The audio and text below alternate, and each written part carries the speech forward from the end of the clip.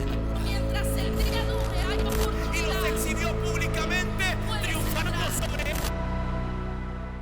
Entonces, dijimos que esto había empezado en 1952 y que se había consolidado en 1992 y que seguramente a estas alturas del partido ya deben de haber, me imagino yo, algunos humanos clonados.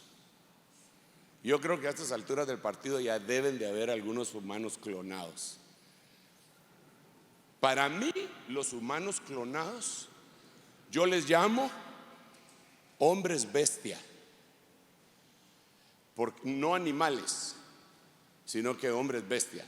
No me quiero meter en ese rollo porque entonces me voy ya perdí bastante tiempo del tema al hablar de lo de la alabanza y quiero pues respetar los tiempos. Entonces estuvimos hablando de esto. Entonces yo le dije que lo que Jesús es, según la Biblia, nosotros lo vamos a hacer. Está predestinado para que nosotros seamos hechos en la imagen del Hijo. No hay para dónde, no hay para dónde. Pero entonces tenemos que avanzar a algunas de las virtudes del Señor para poder encajar con Él. Una de las cosas que nos va a hacer igual a Jesús, igual, va a ser el comernos el cordero. Cuando nosotros comemos el cordero en la Santa Cena, terminamos tarde o temprano pareciéndonos a Él. Y Él nos va a dar la prueba después comiéndonos a nosotros. Si nos come y tenemos la temperatura y el sabor exacto, nos ingiere y nos digiere. Si no, nos vomita. Por cuanto no eres ni frío ni caliente, sino tibio, te vomito. Bueno, entonces dijimos ayer, y yo aquí hago la comparación, no la quise poner de otra manera, más que recordarle que aquí está Cristo y nosotros. Él es la puerta y nosotros somos puertas. Ahí están los versículos bíblicos. Él es la luz, nosotros somos la luz. Él es árbol de vida, nosotros somos árboles de vida. Él es la roca, nosotros somos piedras vivas. Él es el templo, nosotros somos templo del Espíritu Santo. Él es el Hijo, nosotros somos los hijos. Él es la vid, nosotros somos la viña. Él es rey y sacerdote y nosotros somos reyes y sacerdotes. Eso fue básicamente lo que platicamos anoche a grandes rasgos. Pero quise enfatizar esto en cuanto a reyes y sacerdotes, porque en el Antiguo Testamento habían una forma de gobierno que estaba basada en profetas, en reyes y en sacerdotes. Más o menos como cuando ahora se dice el poder ejecutivo, legislativo y el judicial. En aquel momento era el poder profético, el poder sacerdotal y el poder del rey.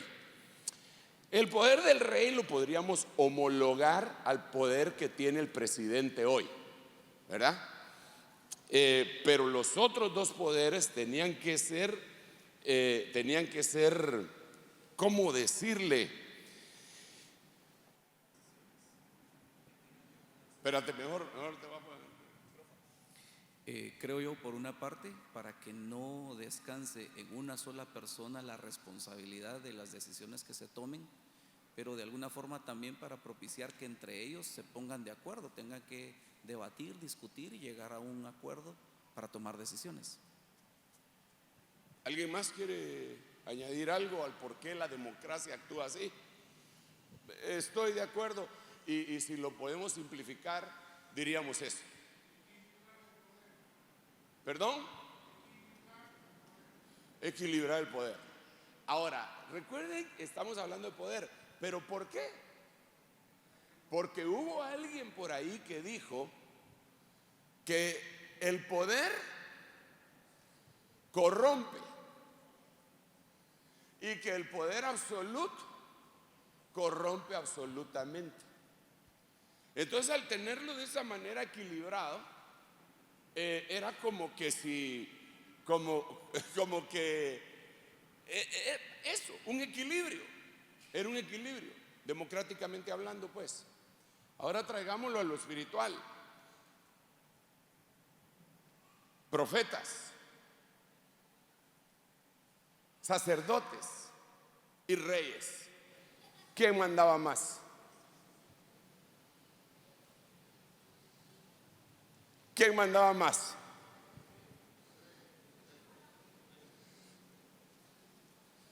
Aquí ya tenemos un problema. Los tres mandaban en su gallinero, diría el hermano Billy, que hace caldo de las que no dan huevitos. Pobre, las gallinas no las deberías de tener bajo ese estrés. ¿Ah? Aleluya. De gallinas felices, ¿sabes? Estresadas. Bueno, volvamos al punto. Era un lío. Allá hasta que el rey que manda el profeta le llega, para poderle dar la palabra le tiene que dar una analogía.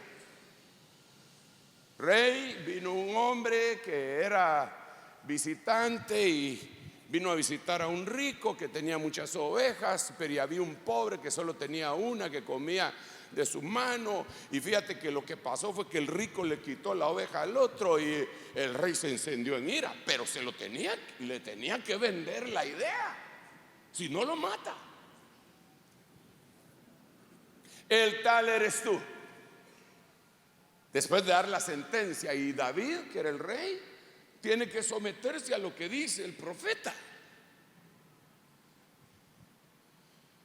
Por otro lado, los profetas muchas veces tenían que someterse a otro tipo de supervisión. Yo digo, ¿por qué será que el profeta joven le hizo caso al profeta viejo? Como que era su antiguo, ¿verdad? Y entonces decía, este profeta sabe. El sacerdocio también, usted sabe, el montón de sacerdotes. Elí es el primero ya cuando están en Canaán. Ay, Dios mío. Entonces había un conflicto entre los dos oficios, sobre todo sacerdotal y rey. Entonces viene el Señor y da una promesa en Jesús. Aleluya. Vamos a ver cómo le hacemos aquí. Y entonces aparece esta profecía. Todas las profecías son lindas, hermano, pero esta es así de disfrutarnos, la fiesta chupándonos los huesos. Pero al llegar al verso 13 dice, hablando del Señor Jesús, a quien se le dice en el verso 12 el renuevo, sí, Él reedificará el templo del Señor. Aleluya. Él llevará gloria y se sentará y gobernará en su trono. Ese es un rey.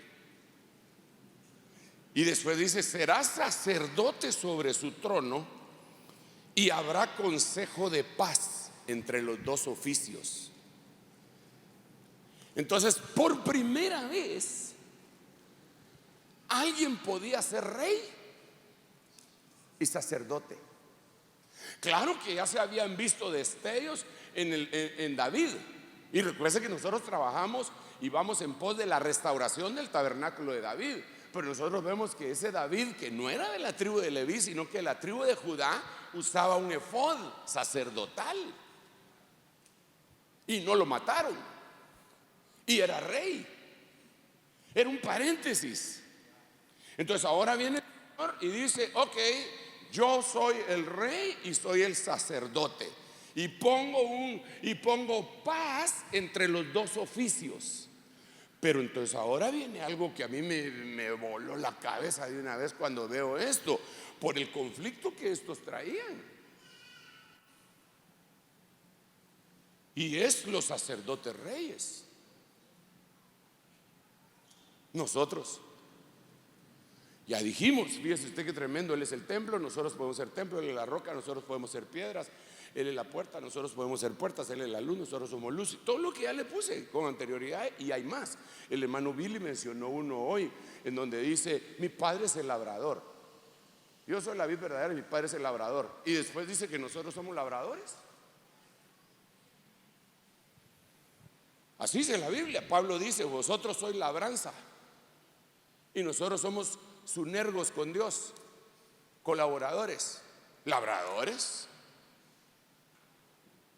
Entonces Él es labrador, nosotros somos labradores.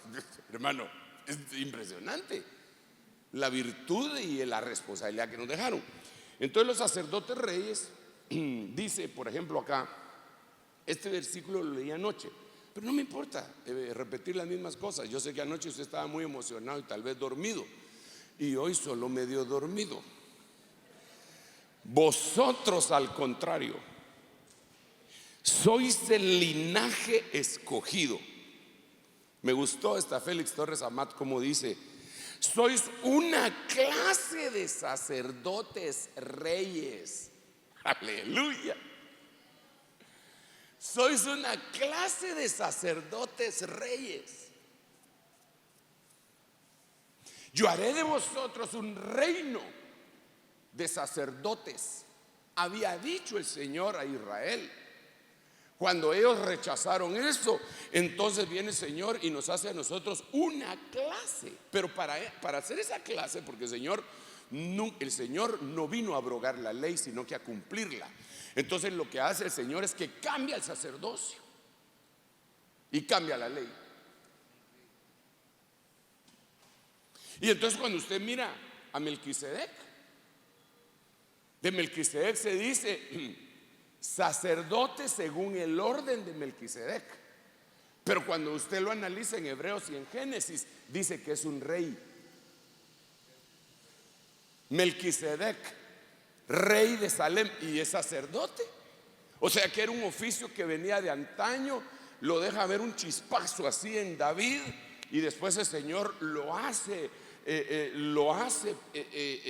llegar a la realidad, y después nos lo entrega en bandeja de plata a nosotros, para que nosotros seamos sacerdotes y reyes, o una clase de sacerdotes reyes. Por eso dice la Biblia Prat: y nos ha constituido reyes y sacerdotes para el Dios y Padre suyo. A Él sea la gloria y el dominio por los siglos de los siglos.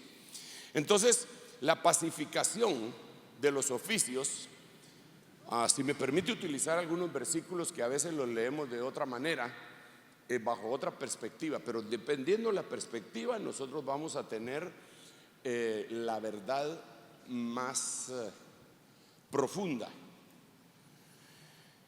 Mire este versículo: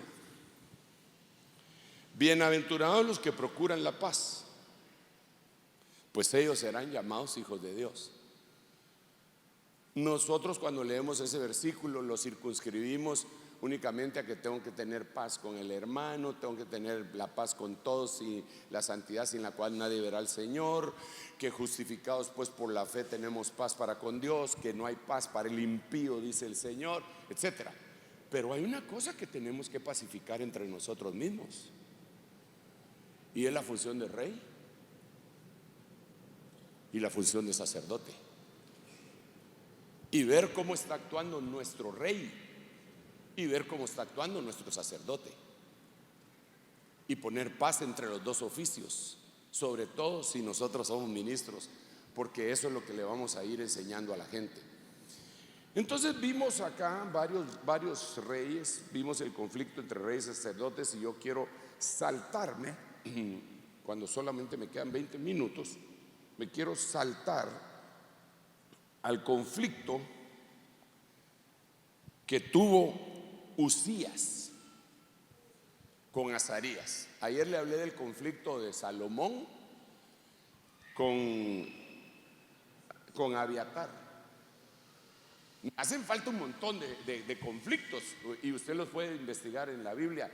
¿Qué sacerdotes tuvieron pleitos con reyes? Y de ahí puede entender qué cosas son las que nosotros deberíamos de analizar. Sí se recuerda de Usías, ¿verdad? Miremos un versículo acá. Pero cuando llegó a ser fuerte, su corazón se hizo tan orgulloso, el rey, que obró corruptamente y fue infiel al Señor su Dios. Pues entró en el templo del Señor para quemar incienso sobre el altar del incienso. Entonces, verso 18, pero aunque la historia es larga y la vamos a referir brevemente, se le opusieron al rey Usías y le dijeron, ¿quiénes se le opusieron? Los sacerdotes. No te corresponde a ti, Usías, quemar incienso al Señor, sino a los sacerdotes hijos de Aarón, que son consagrados para quemar incienso. Sal del santuario porque has sido infiel y no recibirás honra del Señor Dios. Yo sé que ustedes están empapados de esa historia porque son ministros, pero déjenme platicarle brevemente. Resulta que Usías era un tremendo hombre de Dios. A ver, voy a repetir. Usías era un tremendo hombre de Dios, era un tremendo rey, inteligentísimo. Dice la Biblia que inventaba armas. Usted lo puede leer, así rapidito se lo voy a poner, rapidísimo, en el versículo, ¿será 26:1 o no será en otra versión así? Voy a ver si lo encuentro, porque no lo tenía en mi agenda ponérselo. Segunda de Crónica, le dije, va.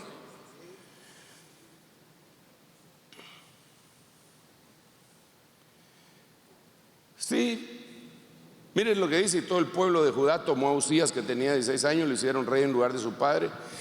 Edificó Elot y la restituyó a Judá. Después que el rey durmió con sus padres, Usías tenía 16 años cuando comenzó a reinar y reinó 52 años en Jerusalén. 52 años, hermano.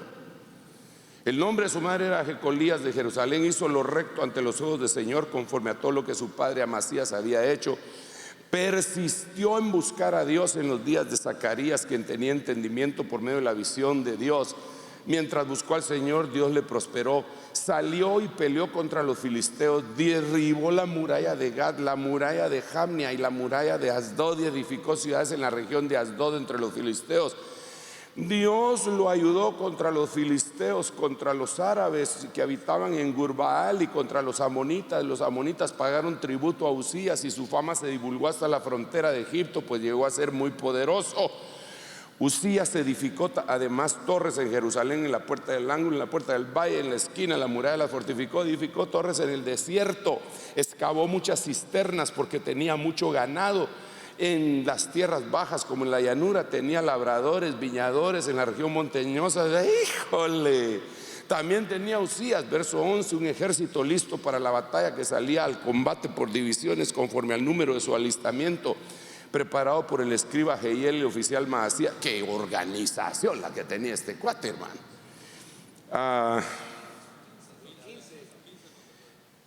Mire, desde el 14 Usías proveyó además a todo el ejército de escudos, lanzas, yelmos, corazas, arcos, hondas para tirar piedras. Y en Jerusalén hizo máquinas de guerra inventadas por hombres hábiles para ponerlas en las torres y en las esquinas, para arrojar flechas, grandes piedras. Por eso su fama se extendió lejos, porque fue ayudado en forma prodigiosa hasta que se hizo fuerte. Entonces, cuando yo le digo que Usías era grande, es que, ¿sabe por qué le leí? Porque si yo le pregunto a usted, dígame un rey grande en Israel, usted me va a decir Salomón y David, pero pocos me van a decir Usías. Pero cuando miramos lo que hizo Usías, el tipo era un genio. Era un genio. 52 años reinó, hermano. Empezó a los 16. Mire cómo tenía organizado todo. Vaya, pues trasladémoslo a lo espiritual. Usted es un pastor tremendo. Predica los domingos y la gente se convierte. Lo invitan a un funeral porque se le murió la hermana a una ovejita. Usted llega y deja conmovida a la gente y empieza a oír la retroalimentación.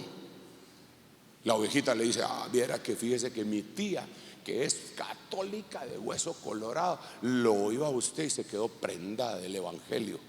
Dice que va a visitar la iglesia un día de estos. Llega un cumpleaños y da una bendición, lo mismo, se para donde sea, en una graduación, se para en un funeral, se para en una celebración, se para en la iglesia, en un discipulado, y le fluye. Es grande y Dios lo ayuda. Le da a Dios lo que desea su corazón. Pasa por un lado, usted dice: ay, quien tuviera ese traje tan bonito. A la vuelta se lo están regalando y ni siquiera lo pidió. Entonces llega a sentirse el consentido de Dios. Ay, Señor, eso es bien tremendo.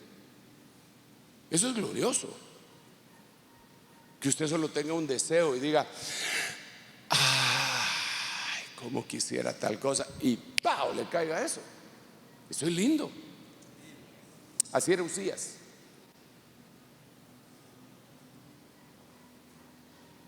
Así era Usías. Nosotros en este mover espiritual que Dios nos ha dado tenemos la dicha de que hay milagros así como este templo, hermano. Este templo es un milagro así del tamaño Dios.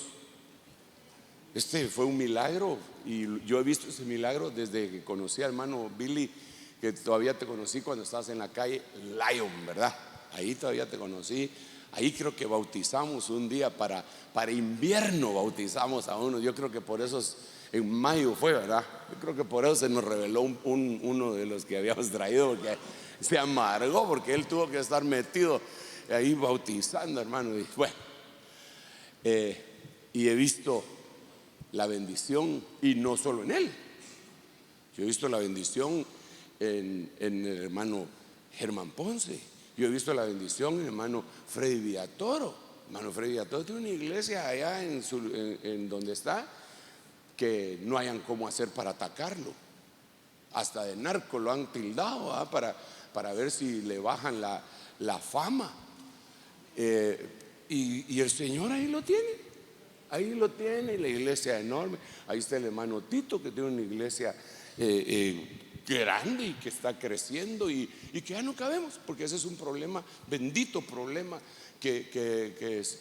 Yo acabo de estar en Argentina y todos los templos que llegué tienen el problema que la gente ya no les cabe. El último que visité en la noche del día domingo, cerraron la calle y habían sillas en la calle. O sea, digo yo, aquí ¿qué está pasando? Pero mire, no nos vayamos a creer como Usías se creyó, porque Usías, cuando se hizo fuerte, se engrandeció su corazón y fue para su ruina. Entonces aquí lo que tenemos que hacer es poner una pacificación entre la bendición extraordinaria que Dios nos está dando y decir de veras, de todo corazón: no a nosotros, oh Jehová, no a nosotros, sino a tu nombre da gloria. Y sabe, esto es una de las cosas que más cuesta, hermano, porque nosotros tenemos como humanos tenemos necesidad de reconocimiento, y tenemos hasta cierto grado, unos en mayor y otros en menor, egolatría. Y la egolatría simple y sencillamente es idolatría. Y la idolatría es quitarle lugar a Dios, y no lo queremos hacer así. Lo que queremos es que de veras le podamos dar la gloria a Dios en todo.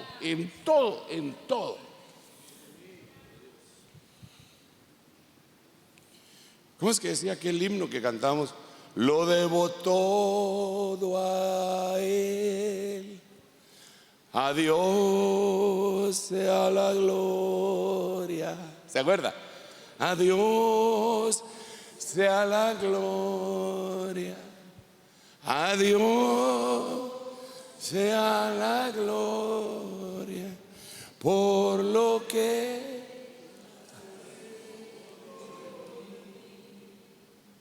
solo éxitos de recuerdo le traje, ¿va?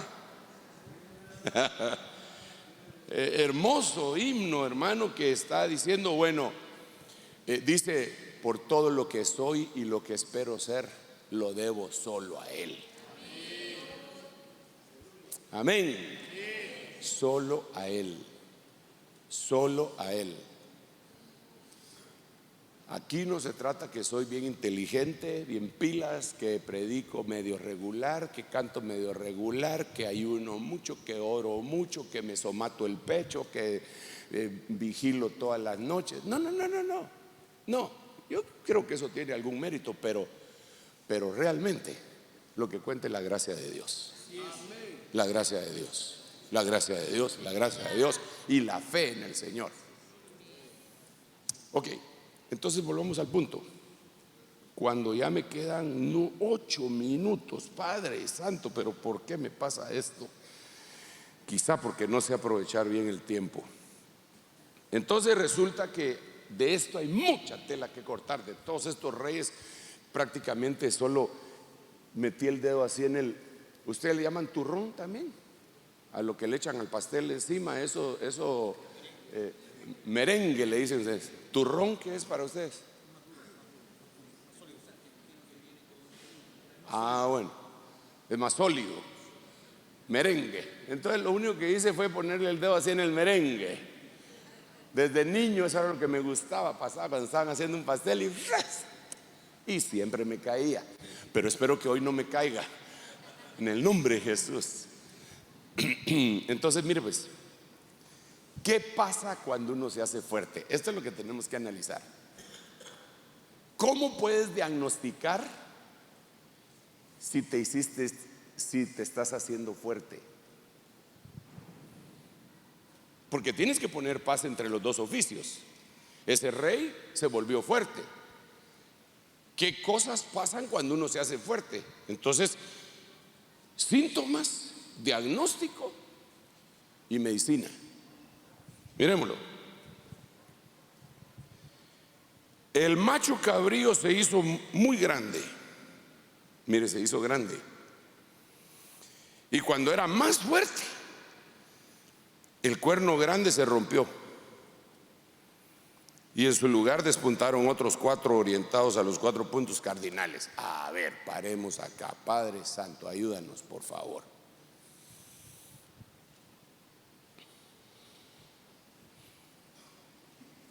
Yo sé, hermanos, que cuando hay una división, el más ofendido es el pastor. No sé si a usted alguna vez le han dividido la iglesia, o si le han tratado de dividir la iglesia. Pero si no lo han hecho, espero que nunca se lo hagan. Pero es espantoso. Inmediatamente uno empieza a analizarse, ¿eh? Y si no empieza a analizarse, uno le empieza a echar la culpa a los demás. Son unos carnales, hijos del diablo, cizaña, se fueron de nosotros porque no eran de nosotros, porque si hubieran sido de nosotros se hubieran quedado con nosotros. Y uno saca el hacha. Y la gente que lo quiere a uno se quedó con uno también. Sí, pastor, estamos con usted para lo que sea. Es más, si hay que llegar a las trompadas, también. No tenga pena, aquí estamos nosotros. Mire que yo fui el que le enseñó a Kung Fu Panda.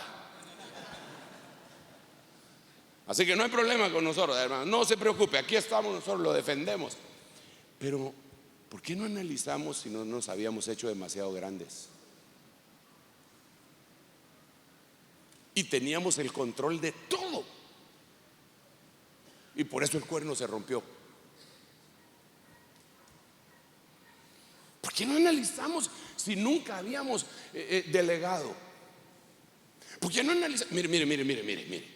Usted sabe cuál es usted sabe, y si no lo sabe, yo se lo voy a contar en los 5 minutos que me quedan. Padre Santo, 4 minutos, Dios Santo. Jesús no vino a centralizar,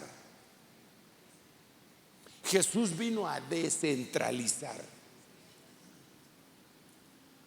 Pero la iglesia moderna tiene enfocado en su mente, hermano, hacer mega iglesias.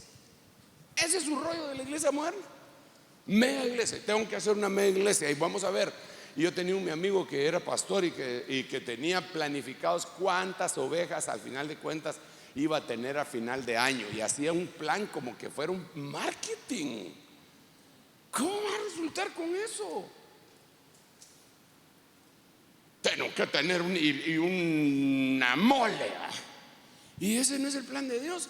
Claro, si crecemos hay que ver dónde metemos a las ovejas.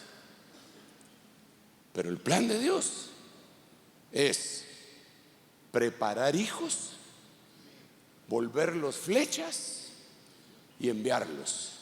Volver a preparar otro hijo ya que mandaste uno, volverlo a preparar, volverlo a lanzar a otro y a otro y a otro, y te descentralizas.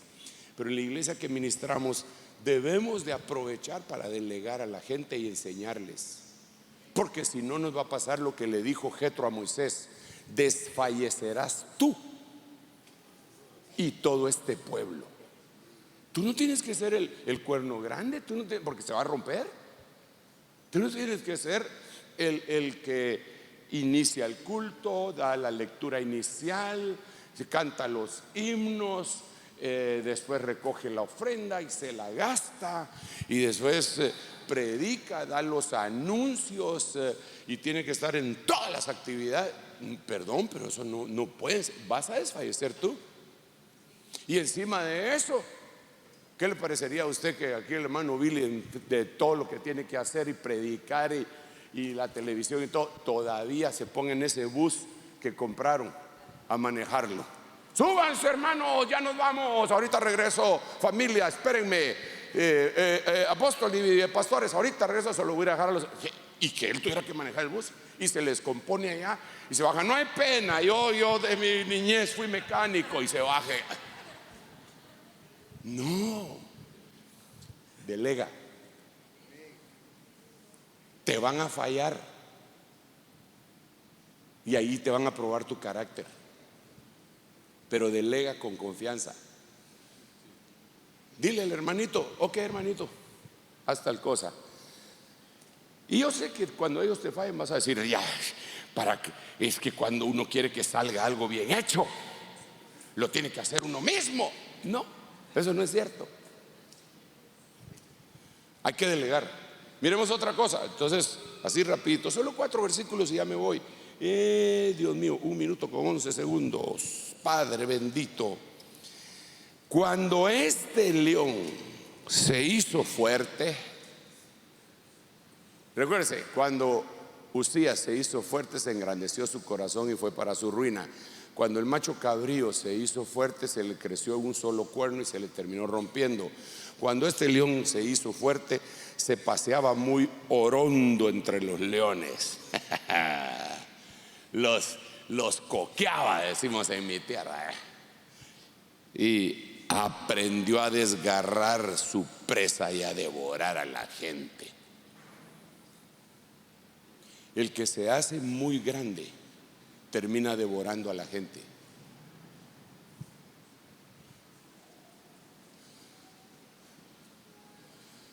En cambio, el que está peleando y poniendo la pacificación entre los dos oficios le da pena, incluso tiene que aprender a recibir una bendición, porque a veces se extralimita en no recibir. Pero ¿qué haces tú si llega una persona y te dice: hermano, fíjese que como usted está construyendo, ¿verdad? Entonces yo quiero dar mi granito de arena, pero no tengo nada en efectivo. Entonces le voy a dejar mi casa. Véndala lo que sea, para que sirva para el templo. Aquí tenemos que averiguar qué es lo que va a hacer usted con eso. ¿qué va a hacer? A ver, seamos sinceros. ¿Qué va a hacer? Dios te bendiga, hermano. Ven el domingo acá, te lo voy a... No, yo no quiero que nadie sepa. Mire, le voy a dar un consejo. Como lo que no queremos es ser grandes para devorar gente, lo primero que tendríamos que hacer es preguntarle: ¿y tu esposa sabe?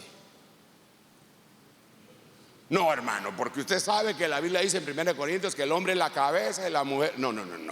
¿Tu mujer sabe sí o no? ¿Está de acuerdo tu mujer? No, usted sabe que es una carnal, hermano, ni a la iglesia viene. Entonces, ¿sabes qué? Primero edifica y ordena tu casa y después vienes a ofrendar la misma. ¿Tus hijos están de acuerdo? Porque si no, va a tener usted una casa y los hijos amargados cada vez que pasen por la iglesia. Ahí está mi casa. Mi papá le entró esa onda con un engañador ahí que nos quitó nuestra herencia.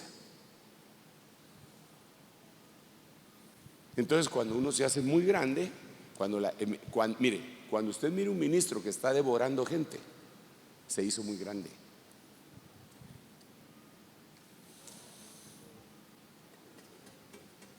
Está cardíaco esto, hermano. Muy cardíaco. Ay, no, hombre, este otro, hermano, ya solo leo porque usted lo va a entender inmediatamente.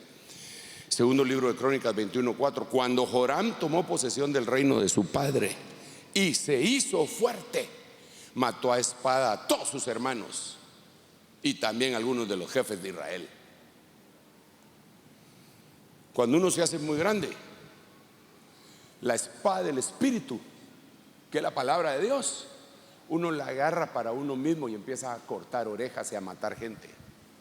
Y yo le quiero decir lo siguiente: nosotros somos ministros no para pantallar a nadie cuánta Biblia sabemos. Ese no es el punto. Es que yo me he leído la Biblia en todos los idiomas, hermano, y me la tengo de memoria. Con todo respeto voy a decir esto, porque cómo me caía de mal cuando yo miraba a ese señor. Yo creo que hasta se murió ya, no sé si... no voy a decir nombres, era un escatólogo, algo gordito, que se sentaba y entonces empezaba a dar su escatología. ¿Sale en YouTube? Y entonces empezaba, pero con una displicencia. Léase Apocalipsis tal, usted léase 1 Tesalonicenses tal, usted léase 1 Corintios tal. A ver, usted el de Apocalipsis. Y el hermanito de Apocalipsis empezaba a leer y le decía: no dice así, no dice así. El otro estaba leyendo y el otro se le sabía de memoria, por lo menos en esa versión. Tenía buena memoria, qué bueno, gracias a Dios. Pero ¿por qué utilizar la espada del Espíritu para convertirla en ella y poner en ridículo a los hermanos? ¿Ese no es el punto? Sé demasiado. ¿Y qué?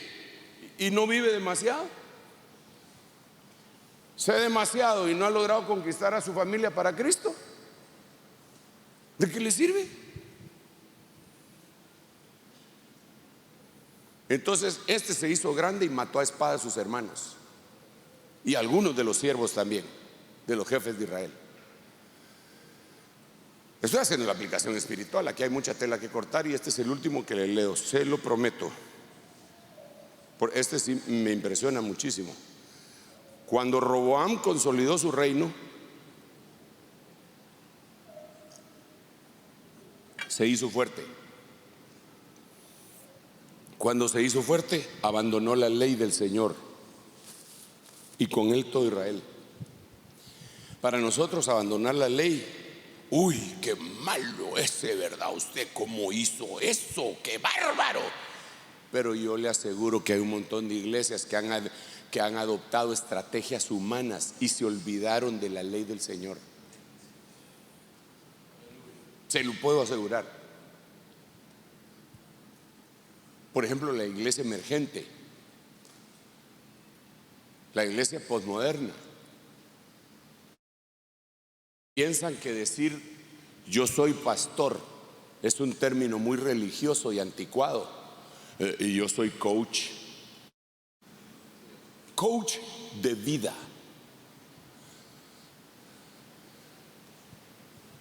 Les da pena decir que están en una campaña evangelística.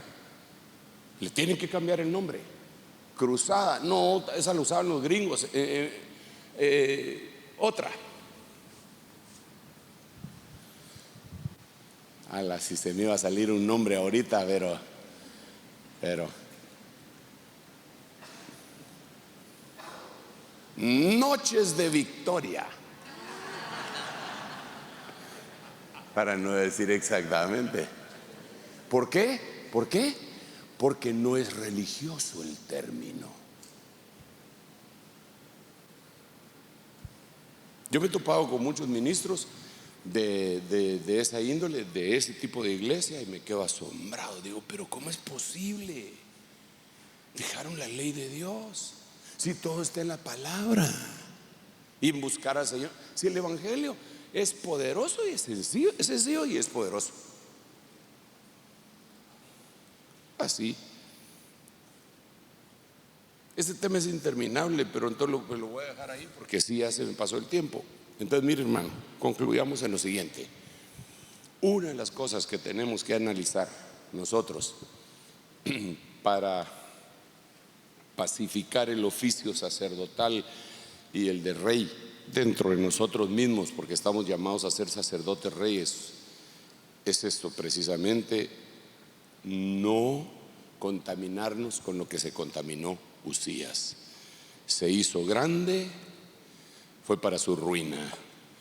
Cuando se hizo grande, lo que al final de cuentas terminó de hacer fue usurpar. Cuando uno usurpa, se hizo grande. Ten cuidado en no ser usurpador. Si estás usurpando una función, te estás creyendo demasiado. Eres demasiado grande. Y entonces no vas a poder pacificar los dos oficios en una sola persona.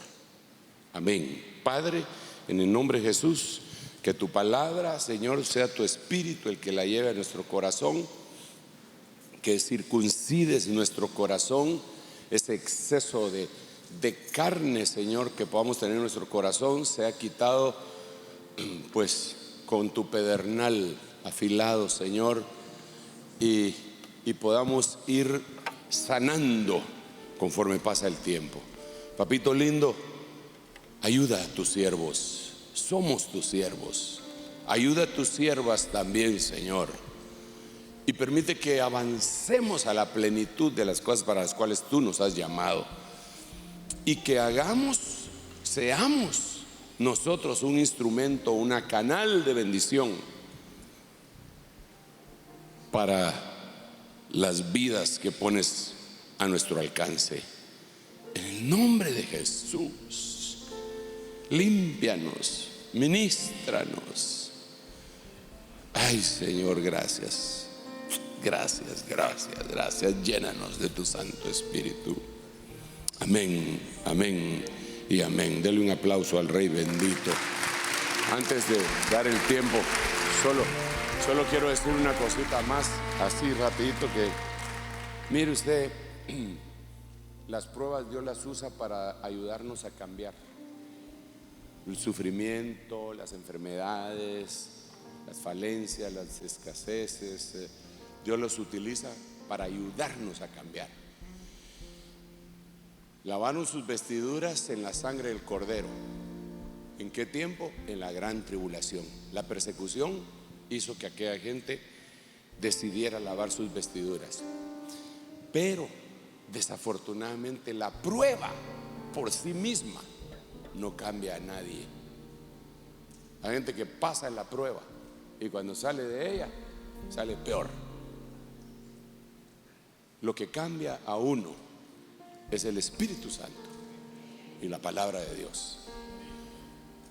Y si es necesario que nos metan en un fluir de sufrimiento, pues ahí vamos a recapacitar. Pero lo que verdaderamente nos cambia es la llenura del Espíritu Santo y la palabra. que seamos cambiados nosotros sin necesidad de la gran tribulación. Que Dios te bendiga, hermano. ¿Qué vamos a hacer? Aleluya. Ustedes son la creación máxima de un Dios enamorado. Mientras el trigo